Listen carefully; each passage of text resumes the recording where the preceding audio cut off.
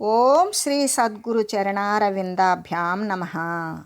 ఓం శ్రీ గణేశ శారదా సద్గురు మంగళమూర్తిభ్యో నమః. ఓం నమో భగవతే వేదవ్యాసాయ నమః. ఓం నమః ప్రణవార్థాయ శుద్ధ జ్ఞానైకమూర్తయే నిర్మలాయ ప్రశాంతాయ దక్షిణామూర్తయే నమః. ఓం ఈశ్వరో గురురాత్మేతి మూర్తిభేద విభాగినే వ్యోమవద్వ్యాప్తదేహాయ దక్షిణామూర్తయే నమః. శ్రీ గురుగీత ద్వితీయోధ్యాయము. అందుకే శ్రీ సద్గురుమూర్తిని ఏ విధంగా ధ్యానించాలి అనే విషయాన్ని పార్వతి నేను నీకు తెలియజేస్తూ ఉన్నాను. దానిని అటువంటి ధ్యానాన్ని గురించి నువ్వు శ్రద్ధగా ఆలకించు, నువ్వు విను అని చెప్పి, అంతేకాదు సర్వదా ఎల్ల కాలము కూడా జ్ఞాన సంపద కలిగి పరబ్రహ్మస్వరూపుడైన శ్రీ గురుదేవుని ఎల్ల కాలము నిరంతరము భూత భవిష్యత్ వర్తమాన కాలాల యందు జాగ్రత్త స్వప్న సుషుప్తి స్థితుల యందు కూడా మరి నా చిత్తమునందు నేను శ్రీ సద్గురుదేవుని చింతిస్తూ ఉన్నాను అని చెబుతూ, అంతేకాదు శ్రీమత్ పరం బ్రహ్మ గురుం భజామి, ఏ విధంగా పరబ్రహ్మస్వరూపుడైనటువంటి ఆ భగవంతుణ్ణి ఏ విధంగా నేను మరి భజిస్తున్నాను అంటే, తేజస్వరూపుడై తేజస్సు మాత్రమే రూపము కలిగినవాడు. తేజస్సు అంటే ప్రకాశము, వెలుగు, జ్ఞానము అనేటువంటి అనేక రకాలైనటువంటి సందర్భానుసారంగా తీసుకునేటువంటి అన్వయాలను బట్టి ఉంటుంది. అటువంటి అర్థాలలో ఇక్కడ మనకి తేజస్వరూపుడు ఏ విధంగా మన తమస్సు అనే అజ్ఞానాన్ని నశింపజేసి జ్ఞానము అనే ప్రకాశాన్ని కలిగింపజేసేటువంటి రూపమే శ్రీ సద్గురు పరబ్రహ్మం యొక్క స్వరూపము. అటువంటి తేజస్వరూపుడు, ఆ తేజస్సు చేత మనం ఎటువైపు నడవాలో అనేటువంటి మార్గం మనకి సుస్పష్టంగా కనబడుతుంది. ఆ మార్గం కనపడాలి అంటే చీకటిని తొలగించేటువంటి సూర్యునిలా శ్రీ సద్గురుదేవుడే తన యొక్క తేజస్సు చేత, తేజస్సు అంటే జ్ఞానావశ్యకమైనటువంటి జ్ఞాన మార్గాన్ని అనుగమింపజేసేటువంటి స్థితి కలిగిన వాడే తేజస్వరూపుడైన పరబ్రహ్మస్వరూపుడు. ఆ పరబ్రహ్మతత్వాన్ని ఎవరైతే పొందాలి, చెందాలి, సంలీనం అవ్వాలి అనుకుంటారో ఆ పరబ్రహ్మస్వరూపుడే శ్రీ గురుదేవుడు. అటువంటి శ్రీ సద్గురుదేవుని ఎల్లవేళలా నేను నిరంతరము, సతతము, సదా ఎప్పుడూ కూడా నేను ఆ గురుదేవుణ్ణి నేను సేవిస్తూ ఉన్నాను. అంటే భజిస్తూ ఉన్నాను అన్నా, సేవిస్తూ ఉన్నాను అన్నా, స్మరిస్తూ ఉన్నాను అన్నా దేనికోసం? మన యొక్క లబ్ధి కోసం. ఆ లబ్ధి ఏంటి అంటే మనం పొందవలసినటువంటి జ్ఞానలబ్ధి. ఆ జ్ఞానం ద్వారా మనల్ని మనం ఇక్కడ అహం, మమ, నేను, నాది అనేటువంటి తత్వంతో కూడినటువంటి వ్యత్యస్తమైనటువంటి భిన్న రూపాలను దాల్చేటువంటి ఈ యొక్క విషయాలు, ఎరుక సంబంధమైన స్థితి సర్వము నశించిపోయేదానికి చేసేటువంటి ధ్యానము, సేవ అనేటువంటిది, స్మరణ, ఇవన్నీ కూడా దేనికోసము అంటే ఎల్లవేళలా శ్రీ సద్గురుమూర్తిని జ్ఞానసిద్ధి కోసం నేను సేవిస్తూ ఉన్నాను. అంతేకాదు నేను పూజిస్తూ ఉన్నాను, ఎల్లవేళలా కూడా శ్రీ సద్గురుదేవునే పూజిస్తూ ఉన్నాను. అంతేకాదు చైతన్యాత్మకుడై పరబ్రహ్మస్వరూపుడై శ్రీ గురువరుని సర్వదా నేను స్తుతిస్తూ ఉన్నాను. ఏ విధంగా అంటే చైతన్యాత్మకుడై సర్వ జీవరాశి యందు కూడా చైతన్య స్వరూపంలో ఉన్నటువంటి శ్రీ సద్గురుదేవుడు. ఆ గురుదేవుడు ఎటువంటి వాడు? పరబ్రహ్మస్వరూపుడు. పరబ్రహ్మస్వరూపము సర్వకాల సర్వావస్థల యందు, సర్వ ఉపాధుల యందు, సర్వ శక్తితో ఉండి, సర్వ చైతన్య శక్తి ద్వారా సర్వ దేహాలను, ఉపాధులను, స్థావర జంగమాదులు మొదలుకొని ఈ యొక్క ఉపాధి భేదరహితంగా సర్వ వృత్తులు ప్రశమించిన ఎటువంటి విషయాలలో అయినా స్థావర జంగమాదులు, చర అచర వస్తువుల యందు అన్నింటి యందు కూడా చైతన్యాత్మకుడై, ఆ చైతన్య సత్తా లేకపోతే ఏ ఒక్క పదార్థము లేదు, దానికి కదలిక లేదు. ఆ చైతన్యాత్మకుడైనటువంటి వాడే పరబ్రహ్మస్వరూపుడు. ఆ పరబ్రహ్మస్వరూపుడైన శ్రీ గురుదేవుని నేను సర్వదా ఎల్లకాలము అంటే తాను చచ్చు వరకు, జగము కుంగు వరకు, తాను చచ్చేటప్పుడు అహం నశించినప్పుడు, జగము కుంగేటప్పుడు తాను లేకపోతే జగము లేదు. అటువంటి సంకల్ప వికల్ప మయాలైనటువంటి స్థితి నశించడం కోసమే నేను ఈ విధంగా శ్రీ గురుదేవుని సర్వదా కూడా స్తుతిస్తూ ఉన్నాను, అంటే ప్రార్థిస్తూ ఉన్నాను. ఏ విధంగా అంటే శ్రీమత్పరం బ్రహ్మ గురుం వదామి, అంటే ఆనందమైనటువంటి సమృద్ధితో ప్రకాశిస్తూ ఉన్నవాడే శ్రీ సద్గురుదేవుడు. ఏ విధంగా సచిదానంద స్వరూపుడు, సత్తు చిత్తు ఆనంద స్వరూపుడు అయిన ఆనంద సమృద్ధి. ఏ విధంగా అంటే సంతుష్టితో కూడినటువంటి సంతుష్టానందముతో, సచిదానందముతో, శాశ్వతమైన పరబ్రహ్మానందంతో ప్రకాశిస్తూ ఉన్నవాడు పరబ్రహ్మ స్వరూపుడు. ఆ పరబ్రహ్మ స్వరూపుడు ఏ విధంగా అయితే ప్రకాశిస్తూ ఉన్నాడో ఆ ప్రకాశంలోకి మనం వెళ్ళినప్పుడు మనలో ఉన్నటువంటి తిమిరం నశించిపోతుంది. ఆ ఆనంద స్వరూప ప్రకాశంలో కూడా మనం కూడా ప్రకాశవంతులమే అవుతాము. ఆ ప్రకాశముతో, ఆనంద ప్రకాశము అంటే ఎవరి వద్ద ఏది ఉంటుందో అదే వారి దగ్గరకు చేరిన వారికి అది ఇస్తారు. అంటే శ్రీ గురు పరబ్రహ్మ ఎటువంటి వాడు? ఆనంద సమృద్ధితో ప్రకాశిస్తూ ఉండేవాడు. కాబట్టి ఆయనను దరిచేరిన వారికి అటువంటి ఆనందాన్ని ప్రసరింపజేస్తాడు. అటువంటి సమృద్ధితో కూడినటువంటి జ్ఞానాన్ని మరి ప్రసరింపజేస్తాడు. ఆ ప్రకాశమే ఎదుటివారి యందు కూడా ప్రకాశిస్తుంది. ఒక దీపం వెలుగుతుంది. ఆ దీపంలోకి ఎంతమంది వచ్చినా కూడా వారు ఒకరికి ఒకరు కనబడతారు. వారు పొందవలసినటువంటి వస్తువు కనబడుతుంది. అలాగే ప్రకాశ స్వరూపుడైనటువంటి ఆ పరబ్రహ్మ స్వరూపుడైన శ్రీ సద్గురుదేవుడు వాని యొద్దకు ఎవరు చేరినా ఆ ప్రకాశానికి లోబడి వారి యొక్క అజ్ఞానతమము, అవిద్యా స్వరూపము అంతా నశించిపోతుంది.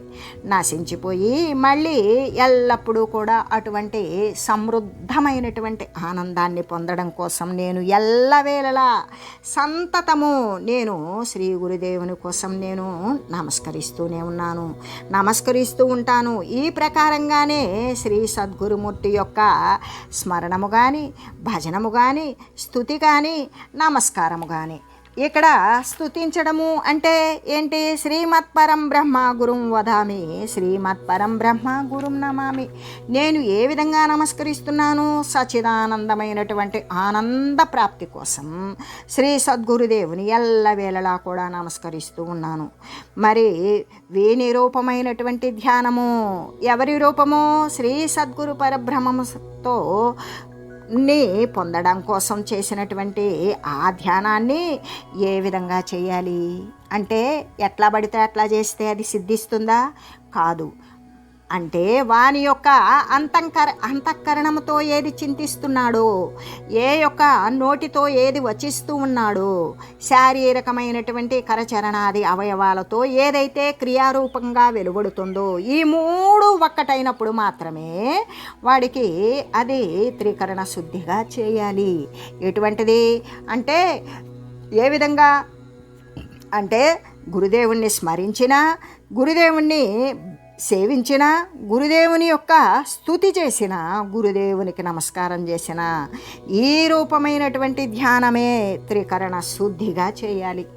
అలా చేసినప్పుడు మాత్రమే ఇవి ఫలవంతమవుతాయి. వాడు కోరినటువంటి జ్ఞాన మార్గంలో వాడు పయనించగలుగుతాడు అని చెబుతూ, అంతేకాదు నమస్కారము అంటే క్రియలతో చేయబడేటువంటిది కాబట్టి నమస్కారము అనేది సంస్కారములతో కూడినటువంటి నమస్కారము చేత ఆ కాయసిద్ధి అనేటువంటిది లభిస్తుంది వానికి. వాని యొక్క శరీరం ద్వారా చేసేటువంటి సాష్టాంగ దండ ప్రణిపాతేన అని చెప్తాం కదా, అన్నట్లుగానే ఈ అష్టాంగాలు కూడా నేల మీద కర్రలా పడేసి ఎవడైతే నమస్కారాదులు అనుసరిస్తూ ఆచరిస్తూ ఉంటాడో దానివల్ల వాని యొక్క దేహం శుద్ధి పడిపోతుంది. శ్రీ గురుదేవుని యొక్క నామము అంటే గురుదేవుని యొక్క ఏ యొక్క పేరుతో అయితే గురుదేవానో, దేశక వరేణ్యానో, దేశక ప్రభు అనో, లేదా సద్గురు వరేణ్యానో, భక్తజనపాల అనో, ఈ విధంగా ఏ పేరుతో అయితే శ్రీ గురుదేవుని పేరు ఉంటుందో దాని ప్రకారం ఎప్పుడైతే నిరంతరం నామాన్ని, శ్రీ గురుదేవుని యొక్క పేరుని సంకీర్తనంగా భావించి చేస్తాడో వానికి వాక్కు శుద్ధి అయిపోతుంది. వాడి వాగేంద్రియం ద్వారా ఏ విషయం అయితే బయటకు వచ్చిందో దాని ద్వారా వానికి ఆ వాగేంద్రియం శుద్ధపడుతుంది. అప్పుడు నమస్కారాదుల ద్వారా శరీరం శుద్ధపడింది. ఇప్పుడు మరి వాక్కు ద్వారా ఆ యొక్క నామ సంకీర్తనాదుల ద్వారా వాక్కు శుద్ధి పడింది. అంటే నిరంతరము కూడా ఎల్లవేళలా కూడా వాడు నిద్ర లేచింది మొదలు మళ్ళీ గాఢ నిద్రపోయేటంత వరకు కూడా ఆ యొక్క చింతన, నిరంతర చింతన రూపమైనటువంటి ధ్యానము చేత ఆ అంతఃకరణ శుద్ధి కూడా జరుగుతుంది. ఏ విధంగా వాని యొక్క జ్ఞానము ద్వారా మనసును, మరి బుద్ధిని, చిత్తాన్ని, అహంకారాన్ని కూడా వాడు ప్రకాశింపజేసినప్పుడు సర్వము కూడా సర్వ గురుదేవమయం అయినట్లుగానే సర్వము కూడా శ్రీ గురుదేవుని యొక్క భక్తి వల్ల ప్రస్ఫుటమైనప్పుడు వాని యొక్క అంతఃకరణమంతా కూడా శుద్ధి పడిపోతుంది. ఈ విధంగా ఎలాగంటే మరి స్మరణము, భజనము, స్తుతి, నమస్కారాలు అనేవి త్రికరణ శుద్ధిగా చేసినప్పుడు నమస్కార పూజల చేత కాయశుద్ధి జరుగుతుంది. శ్రీ గురుదేవుని నామ సంకీర్తనాదుల చేత వాక్కు యొక్క శుద్ధి జరుగుతుంది.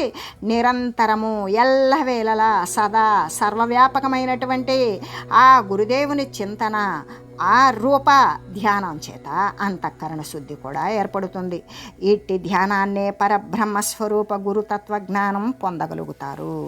ఏ విధంగా ఈ ధ్యానం ఎటువంటిది అంటే త్రికరణ శుద్ధిగా 3 శుద్ధి చేసుకునేటట్లు ఎవడైతే చేయగలుగుతాడో వాని యొక్క ధ్యానం ద్వారా ఈ పరబ్రహ్మస్వరూపము అనేటువంటి గురువు యొక్క తత్వం, గురువు యొక్క తత్వం ఏంటి? శాశ్వతమైన సదా స్థిరపడినటువంటి సచ్చిదానంద స్వరూపతత్వం.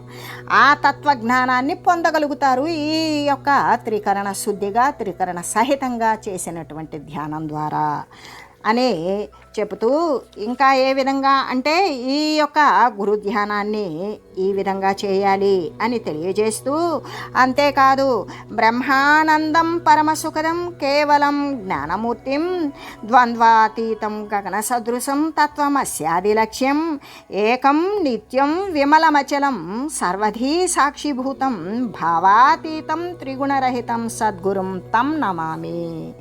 ఏ విధంగా అంటే శ్రీ సద్గురుదేవుడు అంటే ఎవరు? మనం ఇప్పుడు దాకా అనేక రోజుల నుండి కూడా మనం శ్రీ సద్గురుదేవుడు అంటే ఎవరని చెప్పుకుంటున్నాం? ఏ సర్వవ్యాపకమైన పరబ్రహ్మస్వరూపం ఉన్నదో అదే శ్రీ సద్గురుదేవుడు అని చెప్పుకుంటున్నాం. ఈ పరమాత్మ తత్వానికి సద్గురుదేవుడు వేరు కాదు అనే చెప్పుకుంటున్నాం. అంటే అదే విషయాన్ని ఎల్లప్పుడూ కూడా గురు భక్తులైనటువంటి వారు, గురువును అనుసరించేటువంటి వారు, గురుబోధ కోసమై నిరీక్షించేటువంటి వారు ఎప్పటికీ కూడా శ్రీ గురుదేవుడంటే పరబ్రహ్మమే, ఆ పరబ్రహ్మమే శ్రీ గురు స్వరూపము, ఈ 2 వేరు కాదు అనే విషయాన్ని ఎల్లవేళలా కూడా గురుభక్తులైనటువంటి వారు దానిని గురుతులో ఉంచుకోవాలి. అది మరుపు అనేది రాకూడదు. అంతేకాదు పరబ్రహ్మ స్వరూప లక్షణాలే శ్రీ గురుమూర్తికి ఉన్నవి. ఏ విధంగా అంటే ఏ పరబ్రహ్మనైతే తాను అనుసరించాడో ఆ తత్వమే తాను అయ్యున్నాడు. అందుకే ఏ పరబ్రహ్మ స్వరూప లక్షణాలైతే ఉన్నవో, పరబ్రహ్మ స్వరూపానికి లక్షణాలేవి అంటే సర్వవ్యాపకమైనది, మరి సర్వసమించితమైనది, సర్వశక్తిమంతమైనది, మరి సర్వదా తానే ఉంటున్నది, అద్వితీయమైనది, రెండవది లేనిది, సర్వము కూడా ఏకారసమాత్రమే అయ్యున్నది, అది సర్వము నిండి ఉన్నది. అందుకు మించి ఏదైనా కనబడింది అంటే దానికి లోబడినదే కానీ దానికి సమానమైనది కూడా లేదు. అటువంటి పరబ్రహ్మం యొక్క లక్షణాలైనప్పుడు శ్రీ సద్గురుదేవుడు అంటే పరబ్రహ్మమే కదా. అంటే పరబ్రహ్మ స్వరూప లక్షణాలు సర్వవ్యాపకమైనది అంటే అటు ఇటు కదలడానికి లేకుండా సర్వకాల సర్వావస్థల యందు సదా సర్వవ్యాపకమై మరి చిచ్చక్తి స్వరూపములో అణువు నుండి బ్రహ్మాండము వరకు కూడా, పరమాణువు నుండి పరబ్రహ్మ వస్తువు వరకు కూడా ఏ వస్తుతైతే కనబడుతుందో దానికి స్థావర జంగమాదుల యందు, అస్థిర వస్తువుల యందు, మరి చర అచరముల యందు, సర్వజీవ ఉపాధి యందు దేనికి ఎంత అవసరమో దాని మాత్రము చిచ్చక్తి స్వరూపంలో అంతర్లీనముగా చైతన్యవంతమై చైతన్యాత్మక స్వరూపమై సర్వాన్ని కదిలింపజేస్తూ, సర్వాన్ని స్థితి పొందేటట్టు చేస్తూ, సర్వాన్ని లయింపజేస్తూ ఈ విధంగా ప్రభవించి మరి వినాశము చెందేటువంటి స్థితి కలగజేసేటువంటిది కేవలం పరబ్రహ్మ స్వరూపమే. అటువంటి పరబ్రహ్మ స్వరూప లక్షణాలే ఎవరికి ఉన్నవి? శ్రీ గురుమూర్తికి ఉన్నవి. శ్రీ గురుమూర్తి మాత్రమే ఈ జగత్తు యొక్క రచన, ఈ జగత్తు యొక్క స్థితి, ఈ జగత్తు యొక్క వినాశము అనే విషయాన్ని గురించి కూలంకషంగా తెలియనటువంటి మనలాంటి వారికి తెలియజేస్తూ ఉంటారు.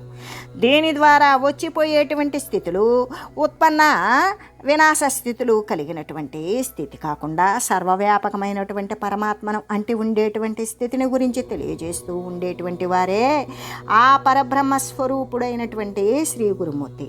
అందుకే పరబ్రహ్మ స్వరూప లక్షణాలు ఏవైతే ఉన్నవో అవి శ్రీ గురుమూర్తికి కూడా ఉన్నవి అని ఘంటాపరంగా తెలియజేస్తూ, అంటే ఆ గురు పరబ్రహ్మ ఎటువంటి స్వరూపము అంటే అఖండమైనటువంటి ఆనంద స్వరూపం.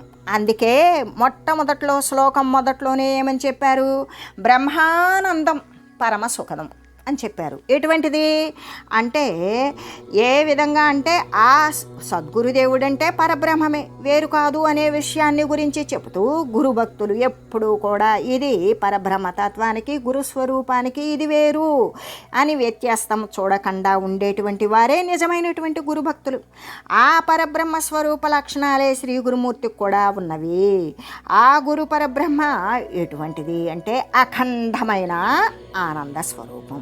అఖండము అంటే ఒకసారి వచ్చిపోయేటువంటి ఆనందము కాదు, ఖండఖండాలుగా ఉండేటువంటి ఆనందము కాదు, అంటే 2-3 భిన్న స్థితులతో ఉండేటువంటి ఆనందము కాదు. అఖండ ఆనంద స్వరూపము. అది ఇక రెండవది లేదు, ఆనందమే ఉన్నది. ఎటువంటి ఆనందం? అఖండమైనటువంటి, ఎటువంటి మరి విచ్ఛిన్న స్థితి లేనటువంటి ఆనంద స్వరూపం ఏదైతే ఉన్నదో, సర్వ నిరతిశయానంద నిరంజన స్వరూపం ఏదైతే ఉన్నదో ఆ గురు పరబ్రహ్మ అఖండానంద స్వరూపము అని చెబుతూ, అంతేకాదు లోకములో పిపీలకం మొదలుకొని, పిపీలకము అంటే చీమ మొదలుకొని బ్రహ్మ వరకు ఉన్నటువంటి ఆనందాలన్నీ కూడా నశించిపోయే అవుతూ ఉన్నవి. ఏ విధంగా అంటే చీమ మొదలు బ్రహ్మ పర్యంతము అన్నప్పుడు ఈ మధ్యలో ఉండేటువంటి ప్రతి ఒక్కటి కూడా రూపనామ క్రియలకు లోబడి ఉండేటువంటివి. అవి ఏదైనా అనుకున్నది సముపార్జించుకున్నప్పుడు సుఖాన్ని పొందుతున్నట్లుగా దానిని ఆర్జించుకునే సమయంలో కష్టాన్ని పొందుతూ, ఈ విధంగా అంటే సంకల్ప వికల్పాలకు లోనైన ప్రతి క్షణము కూడా అది ఏ విధంగా అంటే ఆనందాలు అది పొందుతూ ఉన్నట్లు ఉన్న ఆనందాన్ని మరి ఆశిస్తూ కష్టాన్ని పొందుతూ ఉండేటువంటి ఈ యొక్క దుఃఖ మిశ్రితమైనటువంటి సుఖము, సుఖమిశ్రితమైనటువంటి దుఃఖము. ఈ ఆనందాలన్నీ ఎటువంటివి అంటే క్షణములో కనపడి మరు క్షణములో మాయమయ్యేవి.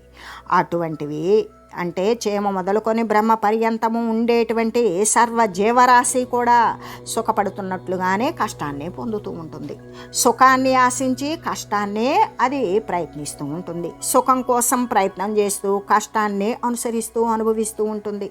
అందుకు కాబట్టి ఇంతవరకు కూడా రూపనామ క్రియలు ఉన్నటువంటి ఈ యొక్క ఉపాధుల తత్వంలో ఉన్నటువంటి ప్రతి జీవికి కూడా ఉండేటువంటిది ఏ ఆనందాలైతే ఉన్నవో అవన్నీ కూడా నశించిపోయేవి. అంటే ఒకసారి వచ్చింది అంటే వచ్చింది ఉండదు, అసలు రాకపోకలు లేని స్థితి మాత్రమే అఖండమైన ఆనంద స్వరూపం అని చెబుతూ, అంతేకాదు ఇంకా మనం విచారించి చూసినట్లయితే ఈ విషయాలను గురించి, వచ్చిపోయేటువంటి స్థితిగతులను గురించి, ఇవన్నీ మన జీవితానికి అనుబోధకములైనటువంటి విషయాలే. ఇవన్నీ కూడా మనం అనుసరించేటువంటి విషయాలే. కాకపోతే మనం వాటిని గురించి మరి లోతుగా వెళ్ళి విచారించం. దాని యొక్క మూలస్థితి ఏంటి? మనం ఒక సుఖానికి వెంపర్లాడుతూ ఉన్నాం, కానీ మిగులా కష్టపడి సుఖాన్ని ప్రాప్తించుకునే సమయానికి కొంతకాలం జరిగిపోతుంది. ఆ కొంతకాలంలో మనకేమవుతుంది? శరీరం జీర్ణావస్థకు వస్తుంది. ఆ ఆర్జించుకున్నటువంటి వస్తువు మనం అనుభవించే స్థితి మన శరీరానికి ఉండదు. ఆ శరీరం కొంతకాలానికి పతనం అయిపోతుంది. కానీ వాడు దాన్ని పొందాలి అని దాన్ని ప్రయత్నించే సమయంలో ఎంత సమయం గడిచింది అనేది వాడికి వాడికి గణంలోకి రాదు. చివరికి వాడు సాధించుకునే సమయానికి శరీరానికి అనారోగ్యాలు, లేకుంటే శరీరానికి కాలపరిమితి చెల్లిపోవడము, ఈ విధంగా ఉంటూ, అంటే అవన్నీ వచ్చేపోయేటువంటి ఆనందాలే. కానీ విచారించి చూసినట్లయితే ఏ ఒక్కటి స్థిరమైనది కాదు. అందుకే ఇలా ఎవడైతే తన గురించి మొట్టమొదట బయటికి వెళ్ళిపోయి చూస్తాం, వాడిట్లా ఇది ఇట్లా జరుగుతుంది, అది ఎట్లా జరుగుతుందని. కానీ ఇక్కడ చైతన్యం అనేది తనది శరీరమే, తనది కూడా ఇంద్రియాలు ఉన్నటువంటి శరీరమే. ఇంద్రియాల యొక్క క్రియలు తెలుసు, క్రియలకు హేతువులైనటువంటి విషయాలు తెలుసు. తన యందు కూడా అంతఃకరణాలు ఉన్నవి. ఆ అంతఃకరణాలను కూడా కదిలింపజేసేటువంటి జీవ చైతన్యం లోపల ఉన్నది. ఆ చైతన్యమే జీవునిగా మారి అజ్ఞాన దశలో అంతఃకరణాలు, ఇతరత్ర ఇంద్రియాలు అన్నీ సత్యమని భావిస్తూ దాని యందు వెంపర్లాడుతూ ఉన్నాడే. అదంతా తనకి ఉన్నది అని తెలుసు. తెలిసి కూడా మరి తనను తాను మరిచిపోయి బయటికి వెళ్ళిపోయి విచారిస్తూ ఉంటాడు. విచారణ అనేటువంటిది రుచి చూడాలి అంటే వారికి వీరికి నాలుకల మీద రాయడం కాదు. ఆ రుచి మనకి నాలుకున్నది. ఆ పదార్థాన్ని మనం సేవిస్తే ఆ రుచి ఏమిటో తెలుస్తుంది. అలాగే ఇప్పుడు ఈ విషయాన్ని గురించి చెప్పారు. ఆ విషయం అంటే వచ్చిపోయేటువంటి స్థితి. మనం అనేక మందిని చూసాం. మన దేహం పతనం అయితే మనం చూసుకోలేం. మళ్ళీ మనం చూసుకునే సమయానికి మరొక దేహం వస్తే మనం గతం సంగతి మర్చిపోతాం. అట్లా కాకుండా మనం అనేకం చూస్తున్నాం. ఇది నిత్యంగా సందర్శించేటువంటివి చావు పుట్టుకలు. కొన్ని చోట్ల పుడుతూ ఉన్నాయి, కొన్ని చోట్ల చూస్తూ ఉన్నాయి. అట్లాగే మనుషులు మాత్రమేనా? సర్వజీవరాశి అంతే. ఎలుకలు, పందులు, కుక్కలు, పిల్లులు, ఇటువంటి సర్వజీవరాశి, క్రొత్త మొక్కలు, రాళ్ళు, రప్పలు సర్వం అంతే. ఇటు అటు కదులుతూ చరిస్తూ స్థిరంగా ఉంటూ ఈ విధంగానే ఉంటూ ఉన్నాయి. అయితే ఇట్లా విచారించి తన నుండి విచారణ మొదలుపెట్టినప్పుడు, ఏ విధంగా తాను మెలకు వచ్చినప్పుడు సర్వము యావత్తు ఉన్నట్లు ఊనుకున్నట్లు కనబడుతుంది. అదే తాను మరి చావు అనేటువంటిది, చావుతో సమానమైనటువంటి స్థితిని మనం అనుభవిస్తూ ఉన్నాం. అదే గాఢ సుషుప్తి. మనం శరీరం పడేశాం, దానిలో ఎటువంటి అంతఃకరణాలు లేవు, అసలు ఎవ్వరూ లేరు. స్వప్నము అంటే ఏదో కొన్ని కల్పితమైనటువంటి వస్తువులు వస్తే అనుభవించినట్లుగా ఉంటుంది. జాగ్రత్తలోకి వచ్చాక అదంతా అలీకమైపోతుంది, అబద్ధమైపోతుంది. కానీ సుషుప్తి అలా కాదు. అది దగ్గరగా ఒక్క శ్వాస మాత్రమే ఆడుతూ ఉంటుంది. కానీ వానికి ఏమీ తెలియబడని స్థితి. తను ఎక్కడున్నాడు, ఏమి జరుగుతుంది అనే ఒక చావుతో సమానమైన స్థితి.